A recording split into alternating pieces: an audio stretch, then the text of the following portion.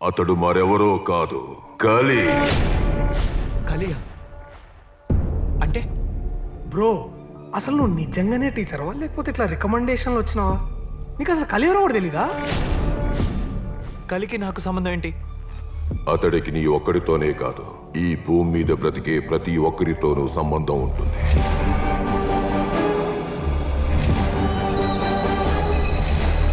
కలి ఈ యుగానికి అధిపతి. అతల వితల సుతల తలాతల మహాతల రసాతల పాతాల భూలోక భువర్లోక ధ్రువర్లోక సువర్లోక మహర్లోక జనోలోక తపోలోకాలతో కూడిన కలియుగానికి అధిపతి. అతడు కాలాన్ని వాడుకుంటాడు, మనుషుల ఆలోచనలతో ఆడుకుంటాడు. కోరికల్లో నివసిస్తాడు, ఆశ పుట్టిస్తాడు, కానీ అందకుండా చేస్తాడు. అతను రూపం లేని రాక్షసుడు. అతడున్న చోట ఆ దేవుడు కూడా ఉండడు.